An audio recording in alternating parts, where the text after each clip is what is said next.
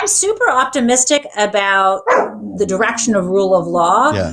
I just don't think the Republicans who are in office right now and are going to be facing, the election season starting pretty soon. Right. I mean, look, the elections, you're separating the justice track and the election track. I think that they're going to collide, those two things. I think that you're going to arrive at so many hearings and so much going on next year that this will sort of take over a lot of the debates that's going to happen every day. And because it's going to be happening in prime time and on Fox News and on Newsmax, it's going to be very hard for them to avoid the reality of what the truth is. But I hear you.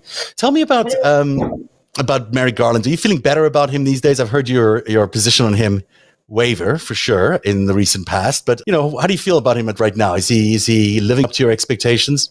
That's interesting. Lisa Monaco is living up to my expectations because I just wrote this piece for Washington Monthly, and I'm very happy about her announcement and apparently Merrick Garland's support for her. She's number 2 in line for the top position in terms of cracking down on corporate crime. Okay, so that's good. I'm still waiting. I'm waiting for Garland to show us and show me that I was wrong, and to say that he, either there's a grand jury that has been looking into a number of things, everything from obstruction of the investigation, obstruction of the Mueller investigation, to even the most recent tax evasion that was revealed in the indictment that Cy Vance brought, right? There was federal tax evasion. There's so many different things that should be investigated, and I really think there should be a special counsel to look at that. But for all we know, he's quietly working, and somehow nothing has leaked, and we're going to see an indictment of Trump for obstruction.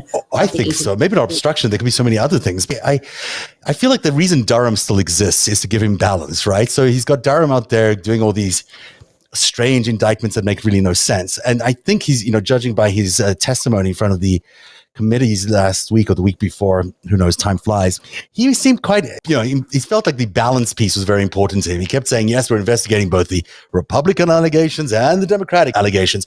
So you get Durham stuff is very public, but we don't hear anything about the other side. So that's really interesting. I never thought about that, because in the Durham investigation, where the lawyer gets indicted, under a false statements, right, claim, those are the same things that were brought against. I mean, it was, Flynn had pleaded to the false statement initially. It's a pretty common thing to do. And so I never thought about that as being evidence of balance. I just thought, why is Durham still sticking around? Yeah. But I can, It was these numbers. Every time a Republican congressman asked him a tough question, he said, yes, but we're also investigating the other allegations. Durham is still out there investigating it. So it gave the sense, and he's, his whole thing is to return balance and order and whatever, so to the DOJ. So I feel like there is something going on in the background, or we would not. The only trouble though is, here's this. Of course, the Department of Justice shouldn't be a partisan tool to attack your political enemies. But it also cannot be, if you're walking down the street and there's if there's a gang in the neighborhood or mafiosa who's done all this terrible stuff, and you're going to go after, and there's 500 people doing terrible things in one group, and then you have one person in the other. Let's say 500 of them happen to be Republicans, and then one of them happens to be a Democrat, and you pick one of each and say, we have balance. That's not balance. I'm scared of being accused of not being balanced. And I hope that's not the story. But yeah, the proof is in the prosecutions. And I'm really glad that Bannon, as he should have been, was indicted for and then arraigned the charges for contempt of Congress, and got Donald Trump, who there's so much on him. Robert Mueller left a blueprint. If we cannot get, an indictment for that, or look at the Michael Cohen case, and we've talked about that before. How is it possible that Michael Cohen was charged with this paying off Trump's mistress, and that was a campaign finance violation, but Trump had nothing to do with it? That is, I've got a bridge to sell you. But here's another thing that may be happening, and I really think this is also true. This crime may still be in progress. We are still in the midst of a major global conflict, I don't know, whatever you want to call it, but there's certainly a lot of remnants activity from January 6th still happening. We know that there's organizations, there's all sorts of militia buildup, there's Russia doing all sorts of strange things like blowing satellites out of the sky for no good reason. And wars developing along the Russian front there. There's all sorts of reasons why things might be moving slowly, or apparently slowly, because we might still be in the middle of a crime scene. I mean, America's not regained its stability just because Biden was elected. We're still in the process of, recapturing sort of a stable ground and recapturing our alliances and even understanding how the world has changed in the last 4 years. And how does that, is that a political observation, or where's the legal observation? The legal observation there is what happens if, so the crime's in progress. The DOJ. What are you defining as the crime? The crime of it's the attack on democracy is still continuing. The broad attack on democracy. I know that's not real. So that's kind of a crime in the abstract. I mean, yes, but it involves all these players that are still engaged in this conspiracy of whatever it is they're doing.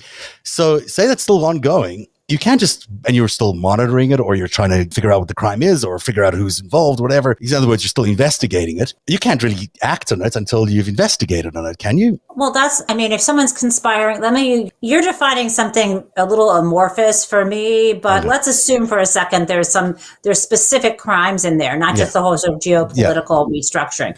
Yeah, you can apprehend people. Like if we were conspiring to commit murder, you don't have to wait till the murder is committed to arrest people. Conspiracy is in of itself a crime. Now, on the other hand, if you're talking about something that doesn't involve something as exigent, where someone's going to die or something's going to be irreparably changed, sure, maybe you want to follow people around until you could find out who the biggest players are. What if there's also some pressure being exerted on the outside? And now we know that the DOJ is not meant to be politically pressured in any way. But what happens if there is pressure coming from China or Russia or any of our adversaries saying, you know what, touch our guys and we'll respond? Or, any number of things that could be happening from a counterintelligence perspective that also need to be playing out. Is that something that would slow down the process? I think it would, but it's just... for that, I would want you to ask someone, the Asher Rangappas of the world, people who have intelligence experience, which I don't. That would have been fun, but I don't know how those worlds interact. Right. But these are all things that could be slowing down. I'm just trying to think of these are not necessarily silver linings because they're actually quite terrible, but they're nevertheless, there could be things that could be slowing down the Justice Department, as I'm just thinking out loud about why we haven't seen much action. But we also are seeing a very limited window left. We can't act in the middle of an election campaign. We can. We've done that before. It's not very good. So there really is, the window is now or until next spring probably, right? There's not much time here. In terms of the House, you're trying to talk about the midterm elections. Yes. Right? Yeah. You can't do anything. At some point, the Justice Department doesn't probably want to get involved. Probably, I would think, after September or October. Yeah, right? Probably somewhere. And maybe even sooner than that when you're talking about these primaries are going to be happening in the various states. But I don't know if there's any, Ponzu. Ponzu's very, very fun. I'm trying to talk to Zev. I'm sorry, honey. You're such a good sport. Let's talk about Rittenhouse for a little bit here because he is, I think, as guilty as you could possibly be. It's very hard to see these self-defense claims being real, and anybody who was was evident on the night that he was looking for a fight. He wasn't just hanging out there to treat people as a paramedic. I'm not even sure he is a medic. What's your sense of whether he'll get off or not, or whether it'll be a hung jury, or what's your prediction? There's so many different options. There's a possibility of a mistrial, but I don't think this judge wants to lose control, because if there's a mistrial, right, because the defense is asking for one related to the quality of the drone video they got. They said the one they got before the trial was not as clear. What does that mean? What do you think the difference is between the clear one and the not clear one? Do you think the one maybe they got, it's easier to see what the people are doing, and that video in particular is kind of hard to see what's happening right before Rittenhouse shoots. So do you think the clear one is more of an indictment for Rittenhouse? They're excluding that as a wow. So that's going to come out sooner or later. Because his whole thing is he's claiming he was chased into kind of an alley and thought he was going to be killed. Versus that maybe he was, what I think the prosecution is arguing is that he was aiming at the gun at other people. Right. And then there was just nothing really, there was a plastic bag versus a gun and all these other things that when you might be able to see in high definition that you can't see. You can see that it's just a plastic bag, right? So maybe these are the kinds of things. So that'll come out regardless after the fact. We're going to see that in a matter of weeks probably. And that'll make him look even more horrifically guilty than he is. What? I'm sorry. What will we see in a matter of weeks? That 4K drone footage will be released somehow, I imagine, to the public, regardless of the of the verdict, I would think. I think so. So one option is that he grants a mistrial. Yeah. And on the one hand, he might do that if he thinks it would help the kid, right? If he's on the other hand, then he loses control.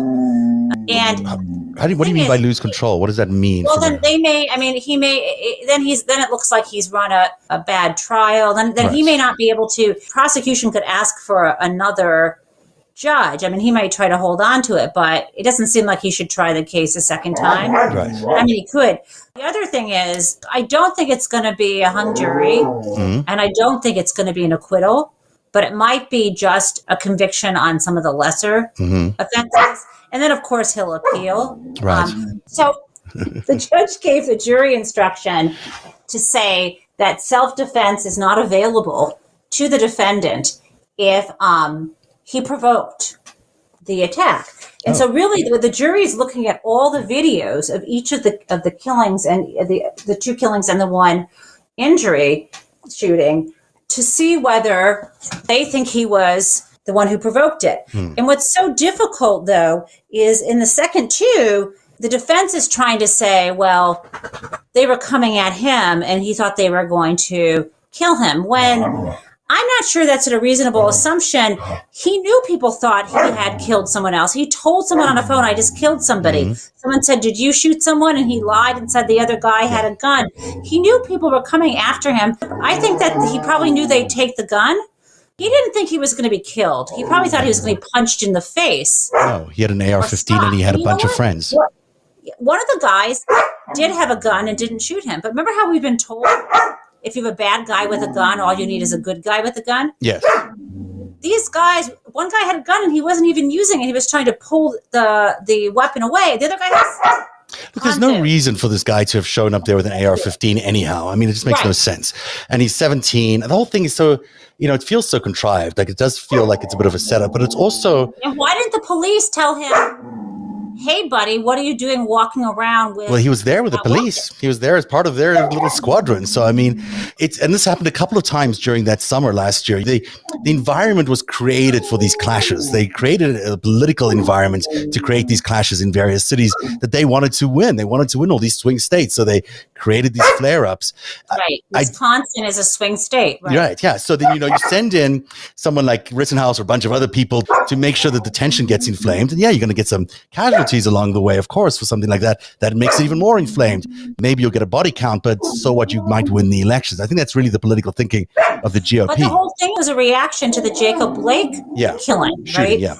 What's really striking, in all the chaos of that night, only 2 people were killed, and both of them were killed by him, and that is indisputable. Yeah, Rittenhouse indisputable, and the only people.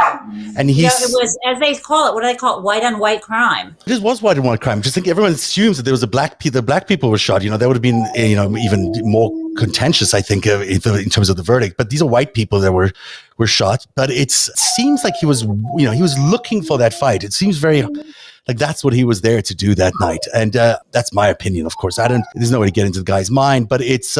I don't see that they put up a defense that really argues that, but I do think there's a possibility that there's a hung jury. I think there's one person on that jury needs to say, hey, I believe Kyle, and I don't believe he's guilty, and then it's hung, right? Then what happens then? I mean, if you ever saw the movie 12 Angry Men, you know.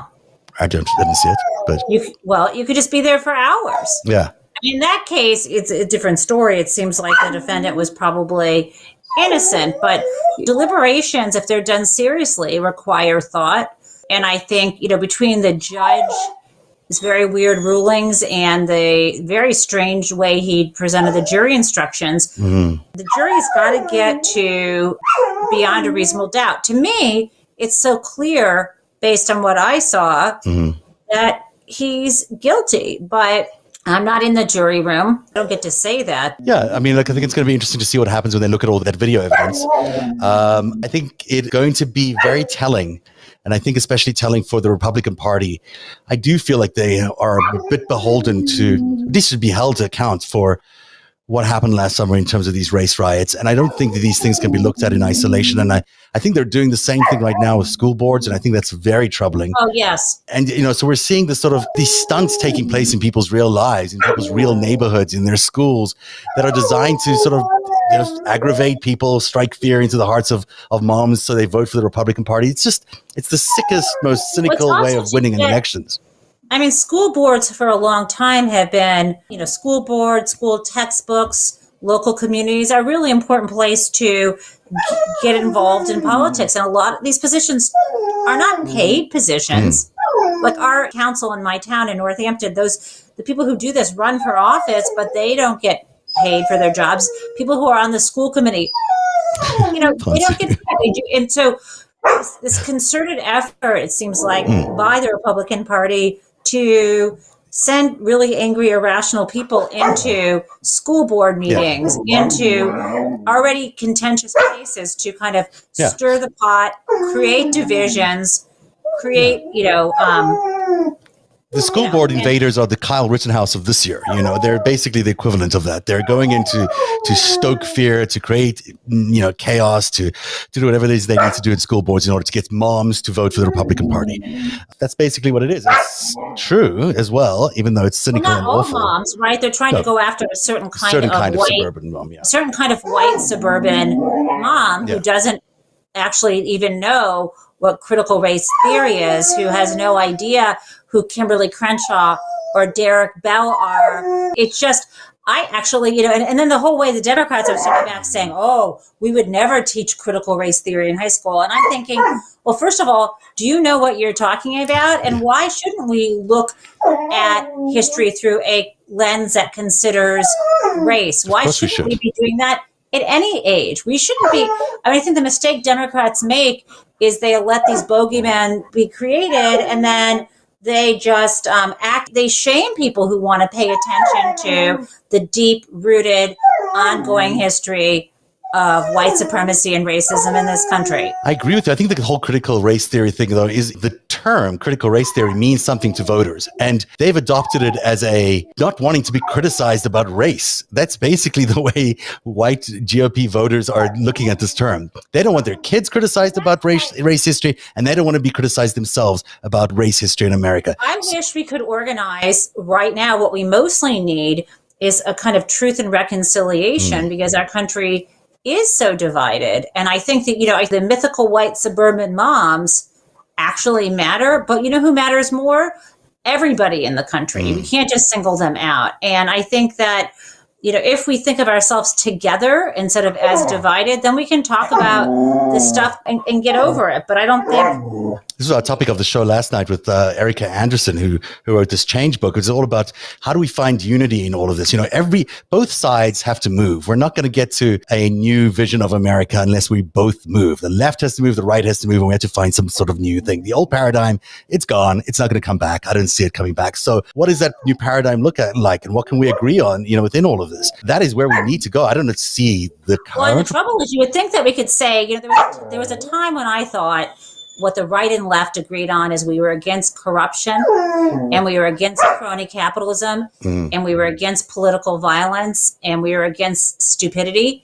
And that's what the Republicans all stand for now. So I don't know how to find common ground, but let me know. Yeah, I mean, this current crop may not be the guys to any sort of compromise with, but we need to go through this process because we've got some big things to deal with. We've got China rising. We've got Russia about to be at war with Europe. I mean, there's a lot of things that we need to deal with. Yeah, Russia cutting off the oil supply was not the greatest moment today, right? What was that? Did I miss that? What happened today with the oil supply? Did you hear that? Wasn't there something about Lushenko cutting off? Is that his name? Cutting off Lushenko, yeah. I don't know. I saw it on Twitter, so it must be true. It must be true. Look, these guys are going to go to war. They're intending to go to war. At least they're going to try. I mean, China's really, what's going on in China, the civil unrest right now in Hong Kong. I didn't realize this.